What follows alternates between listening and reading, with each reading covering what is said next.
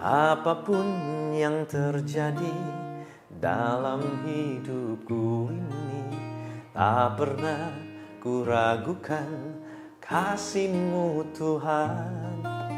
Lewat gunung yang tinggi, dalam lembah yang curam, tak pernah ku ragukan janji-Mu Tuhan.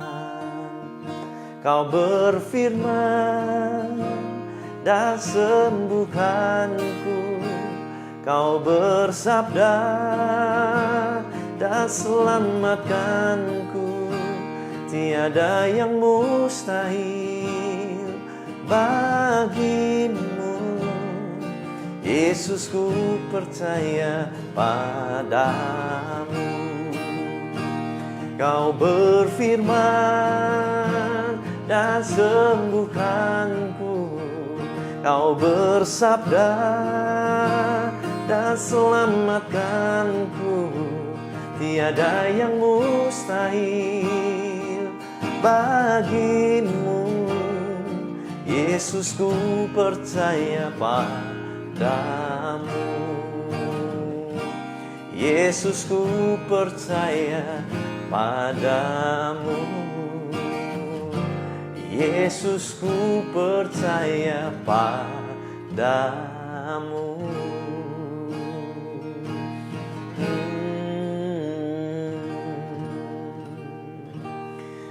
Halo saudara, hari ini ada satu topik yang kita akan bahas mengenai minta tanda di saat kita ragu. Minta tanda di saat kita ragu. Saudara, pernah nggak kita ngalami yang namanya bingung? Wah, udah tanya Tuhan, mau melangkah, mau bikin bisnis, cari jodoh, dan sebagainya. Kita tanya Tuhan, tetapi waktu pernyataannya datang, tandanya datang, kita bingung gitu ya. Nah, coba kita lihat, kita belajar gimana supaya kita nggak bingung waktu kita minta tanda sama Tuhan. Kejadian 24, ayat 14 dan ayat 21. Ini adalah kisah di mana Abraham menyuruh hambanya, orang kepercayaannya, tangan kanannya, untuk mencarikan jodoh buat Ishak, anaknya.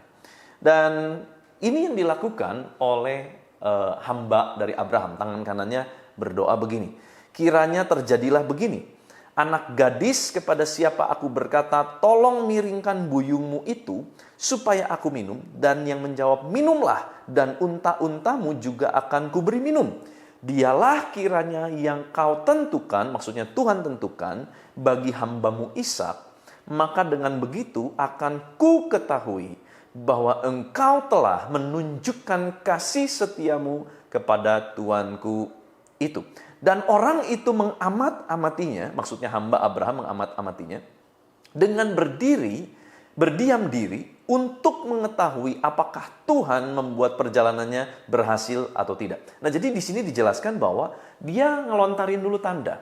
Dia minta tanda yang supranatural, yang gak sembarang orang, yang gak akan secara kebetulan terjadi. Jangan minta tanda yang konyol. Contoh ya, saudara ya, ada anak muda minta tanda sama Tuhan, minta jodoh gitu ya. Laki-laki minta tanda jodoh. Dia minta tandanya apa? Waktu itu masih ke mall begitu ya. Dia tunggu di eskalator, terus dia bilang, Tuhan, perempuan pertama yang turun dari eskalator itu, dialah jodohku. Dan apa yang terjadi? Yang turun nenek-nenek, saudara. Kenapa itu bisa terjadi? Karena itu tanda yang diminta, bukan tanda yang supranatural, tetapi tanda yang konyol. Jangan kita minta tanda-tanda yang konyol, saudara. Apalagi tanda-tanda yang sebetulnya memberatkan untuk seolah Tuhan dipaksa bilang, ya begitu. Jangan, saudara ya. Nah, kita lihat apa yang dilakukan waktu dia sudah melontarkan minta tanda. Ayat 21 bilang begini, dan orang itu mengamat-amatinya dengan berdiam diri. Nah, waktu kita minta tanda, ada waktu kita harus ngerem diri kita untuk berdiam diri. Untuk apa? Observasi. Apakah tanda itu terjadi atau tidak? Nah, di ayat ke-14, ternyata waktu tanda itu diminta, benarlah tanda itu terjadi sesuai dengan permintaannya. Dan di sini kita menangkap satu hal, saudara. Waktu kita minta tanda, jangan sampai satu hari kita akan berkata, itu tanda yang kebetulan. Mungkin setelah kita menjalaninya, lalu kita ketemu obstacles, kita ketemu masalah, hambatan, rintangan, tantangan. Lalu kita bilang, wah ternyata tanda yang kemarin itu kebetulan. Kenapa bisa terjadi? Kita bilang tanda yang kemarin kebetulan. Karena tandanya bukan tanda yang supranatural. Bukan tanda yang hanya Tuhan yang bisa lakukan. Bukan. Tetapi hanya tanda biasa yang sebetulnya bisa saja itu kejadian karena kebetulan.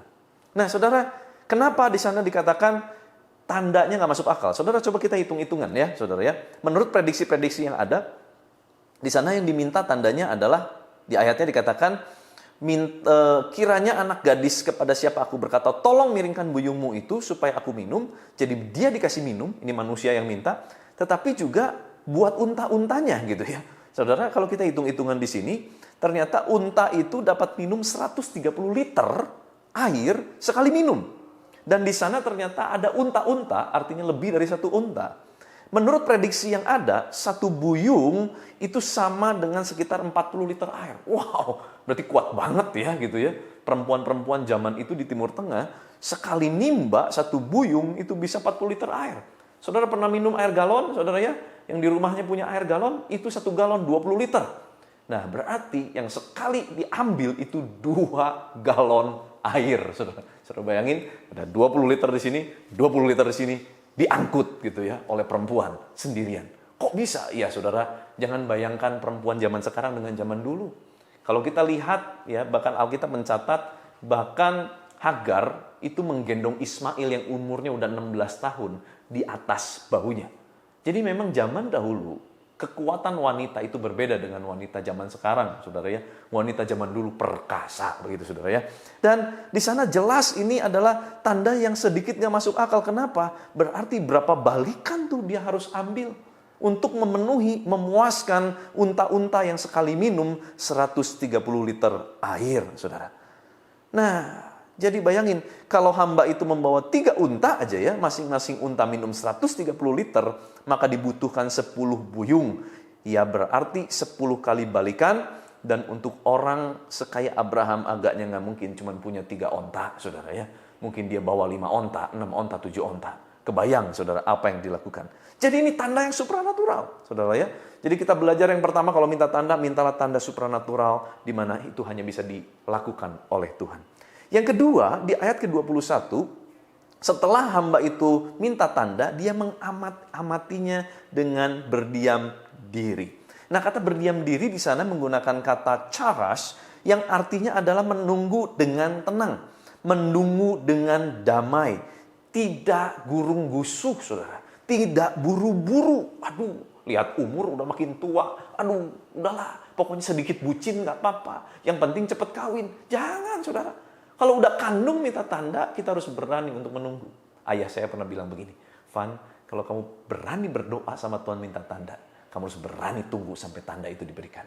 Sampai Tuhan jawab. Kalau enggak, ngapain kamu berdoa? Iya juga, saudara ya. Seringkali kita berdoa, tapi hanya untuk formalitas. Kita nggak berani tunggu sampai Tuhan ngomong, sampai Tuhan berikan tanda itu. Jadi tunggulah waktu Tuhan, pasti waktu yang terbaik.